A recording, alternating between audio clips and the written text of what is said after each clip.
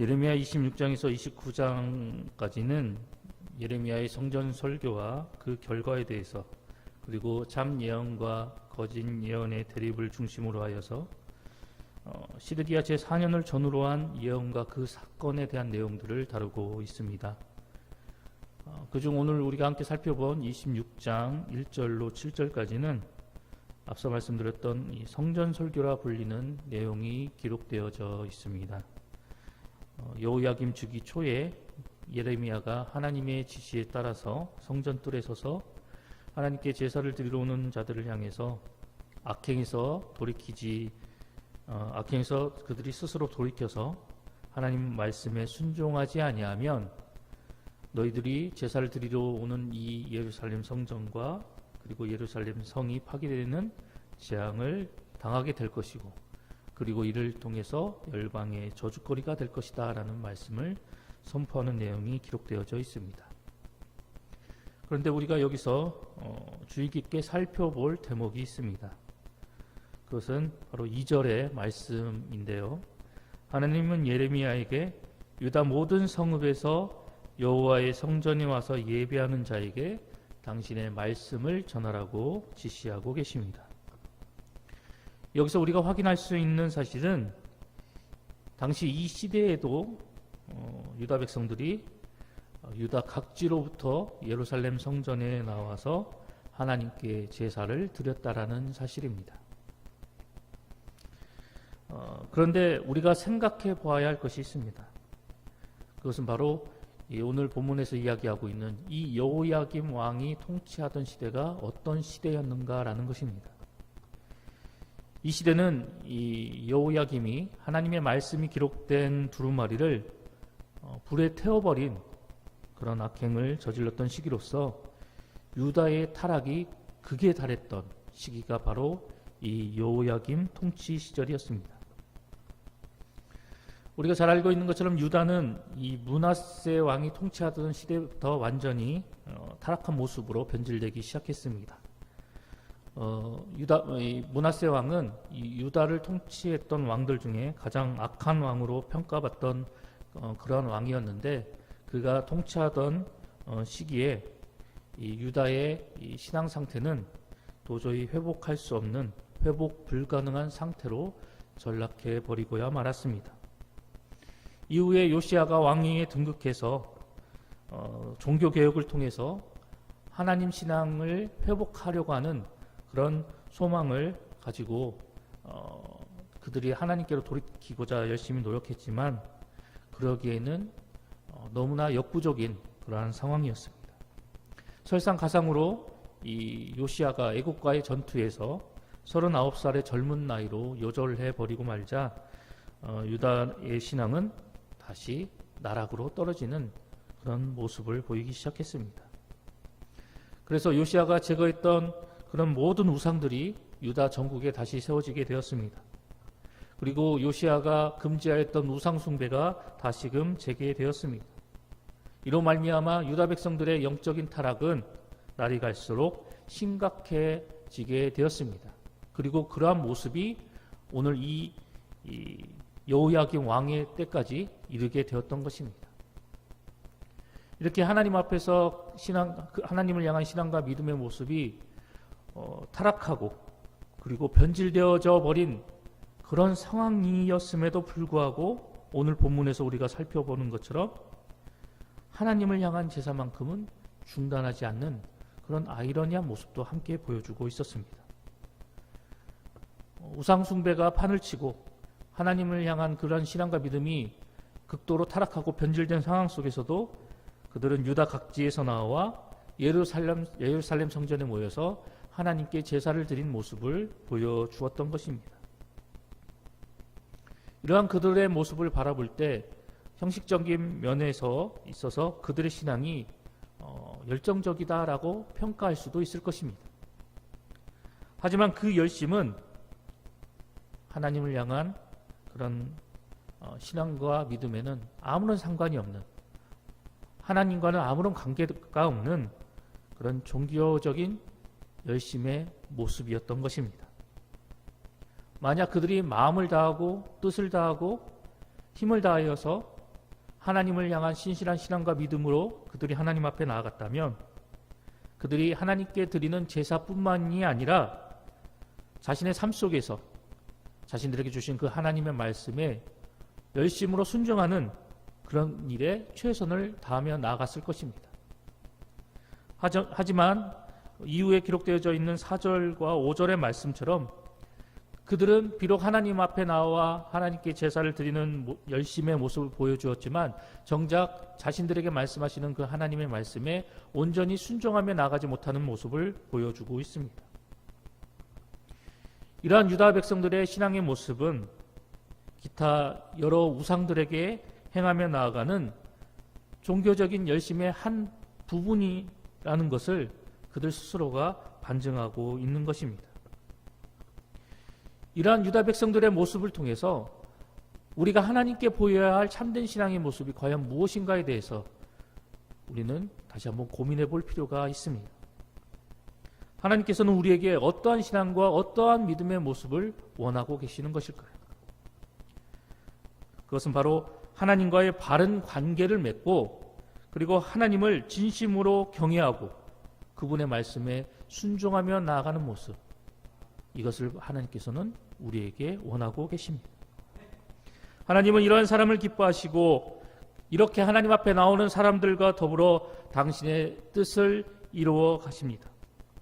더 나아가 궁극적으로 그들에게 구원의 은혜와 복을 주시며 하나님의 백성으로서 귀하게 세움받는 복의 사람으로 하나님께서 만들어 가십니다. 때문에 우리는 종교적인 사람이 되는 것이 아니라 하나님께서 기뻐하시는 신앙의 사람이 되어야 합니다. 남들에게 보이기 위해서, 자신의 존재를 나타내기 위해서 종교적인 행위에 열심을 내기보다는 하나님과의 바른 관계를 세워나가기를 우선하고, 그리고 그 하나님께서 우리에게 주시는 그 말씀이 우리의 삶이 되도록 우리가 그 말씀 따라 행동하며 나아가는 그런 삶을 살아나갈 수 있도록 우리가 하나님께 온전히 순복하며 나아가는 하늘 백성이 되어야 할 것입니다. 이것이 바로 하나님께서 우리에게 요구하시는 모습이고, 이것이 진정 성도에게 있어서 고귀하고 복된 삶의 모습임을 우리는 잊지 말고 기억해야 할 것입니다.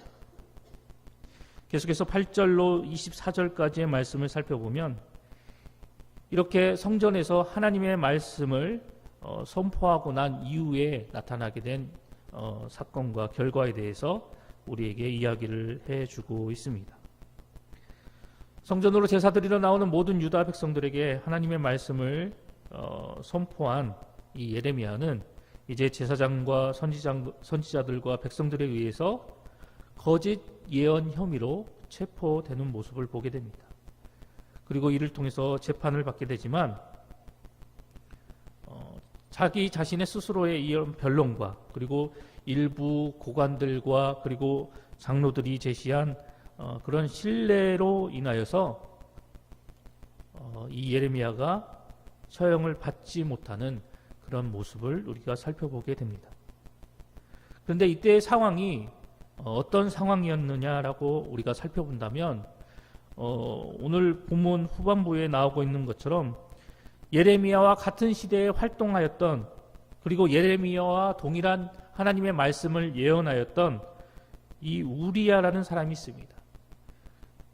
그가 이 유다의 타락으로 인해서 그들이 하나님의 심판을 받을 것이다라는 그런 예언을 하게 되었을 때 그 역시 예레미야처럼 체포되어서 결국에는 목숨을 잃게 되는 그런 사건이 벌어지게 되었습니다.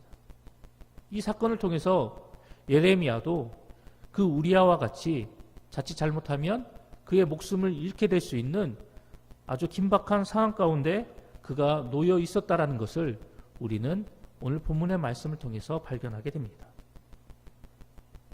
그런데 오늘 본문 속에서 보여지고 있는 예레미야의 모습은 어떠했습니까?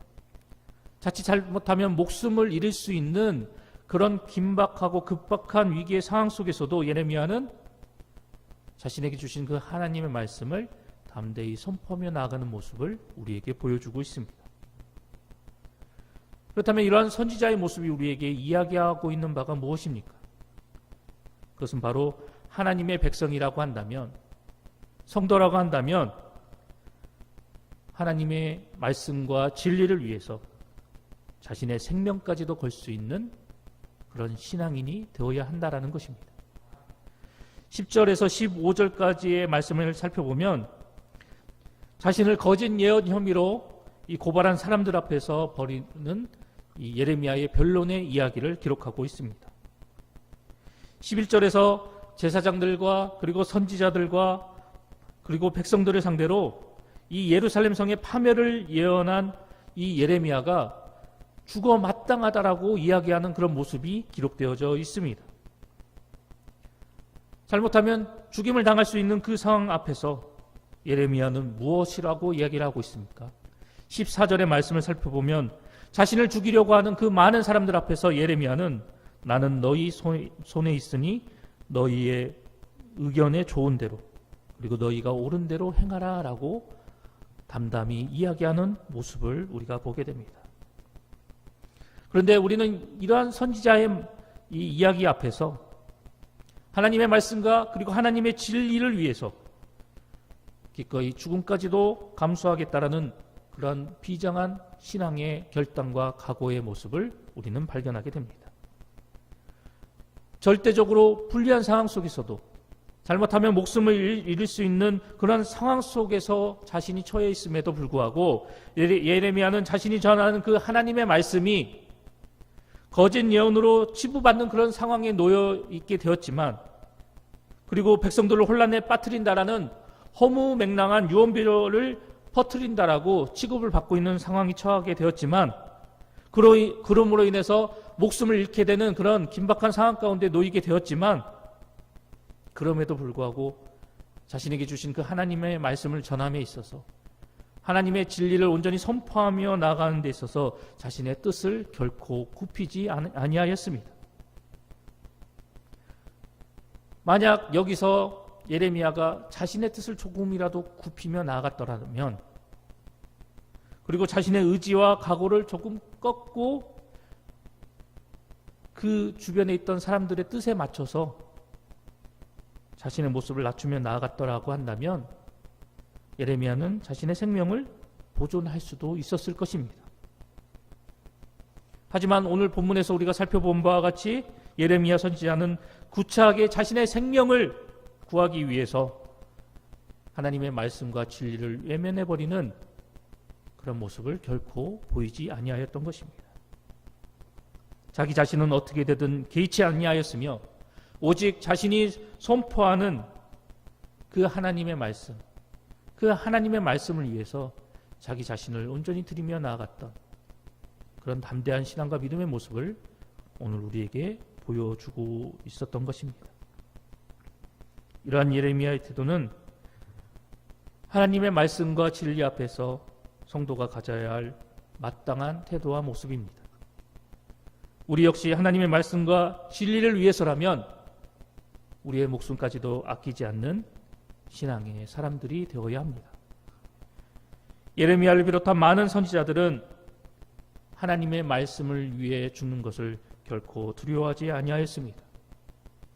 또한 신약시대의 수많은 사도들 역시 복음을 위해서 기꺼이 자신들의 목숨을 내어놓았습니다.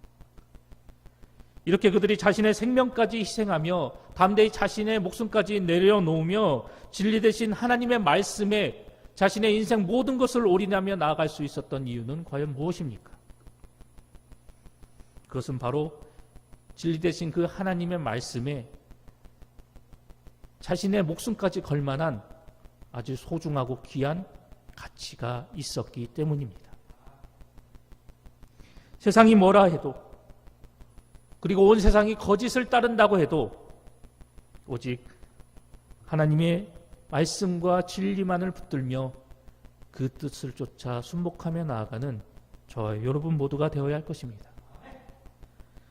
하나님의 말씀에 근거한 삶을 살아감으로 인해서 그리고 하나님의 진리를 따르는 삶을 살아감으로 인해서 날로 어두워져가는 이 세상 속에서 세상의 빛으로서의 온전한 역할을 감당하는 우리 모두가 되어야 할 것입니다. 아무리 심한 어둠이 빛을 집어삼키려 하고, 그리고 생명의 말씀을 전하는 데 있어서 우리를 방해하고 우리를 넘어뜨리려 한다 할지라도 생명의 말씀, 진리 되신 그 하나님의 말씀이 이 세상 열방을 향해 담대히 외쳐져 나갈 수 있도록, 그 말씀이 선포되어질 수 있도록 그 진리 되신 하나님의 말씀을 온전히 바라보며 세상의 그 험난한 고난과 역경 앞에서도 우리의 신앙의 뜻을 굽히지 않고 그 말씀을 따라 순복하며 하나님의 영광을 위해서 최선을 다해 살아나가는 하늘 백성이 되어야 할 것입니다. 오늘도 저와 여러분의 모습이 그러한 모습이 되어서 하나님의 기쁨과 자랑이 되는 복된 하루가 되시기를 간절히 소망합니다.